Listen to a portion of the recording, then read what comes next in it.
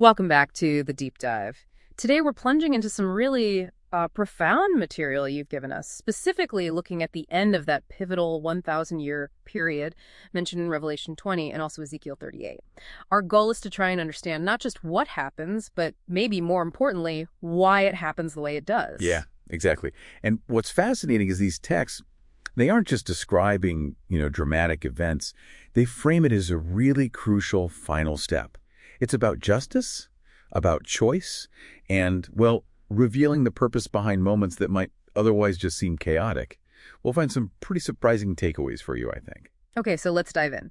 The setting is after 1,000 years, a millennium. Revelation 20 verse 7 tells us Satan is released from his prison then. But first, what's this millennium actually like? The sources paint a picture of peace, right? But what does that really mean before Satan is suddenly back on the scene? That's key context, definitely. Imagine a world almost like a restored Eden. The curse on the land is gone. Satanic deception isn't a factor. And people are described as living, perhaps even marrying and having kids, outside the New Jerusalem. Their bodies might even be free from sort of those base physical desires. But, and this is crucial, their hidden desires, their core allegiance.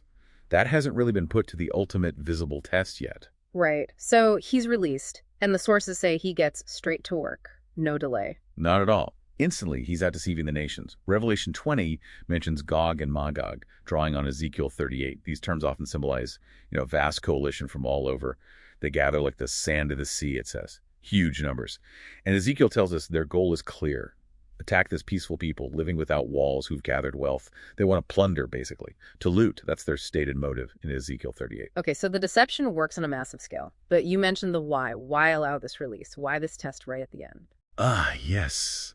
This is where it gets really insightful. The sources frame Satan's release as serving a profound purpose. It's a final verification, a test of faith for humanity. Think about people maybe who came to faith right at the end of their lives.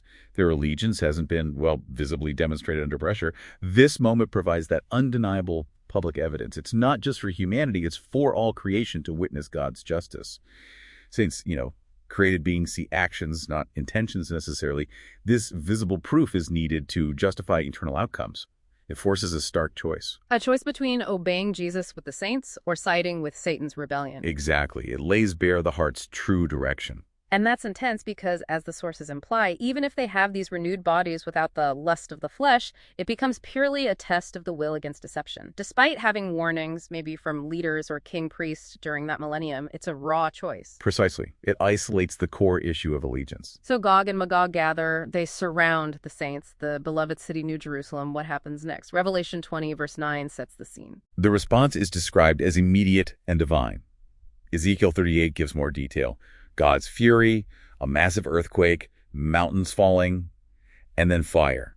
Fire comes down from heaven and consumes the rebels. Consumes them entirely. Well, crucially, the texts suggest this fire consumes their physical bodies at this point. It leads them towards what's called a later resurrection of judgment.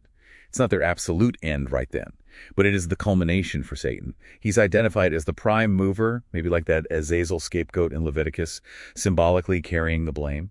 He's then cast into the lake of fire. Revelation 20.10 says he joins the beast and the false prophet there. And that lake of fire, that's presented as the ultimate final punishment, right, for unbelievers, as Revelation 21.8 mentions. Yes, it signifies the complete removal of sin and rebellion from creation. It's the point where belief, which has now been proven undeniably through action, determines destiny. Though interestingly, the sources do hint at degrees of consequence even within that finality. So, wrapping this up, what's the big takeaway for us from these texts? I think it powerfully underlines a principle.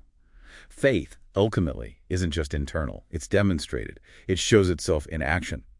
This final verification ensures divine justice isn't just done, but it's seen to be done, transparently, by everyone. Yeah, it speaks to this meticulous completion of the story, doesn't it? Where evil is finally dealt with, completely removed, and only those whose faith is proven, tested, and shown true remain.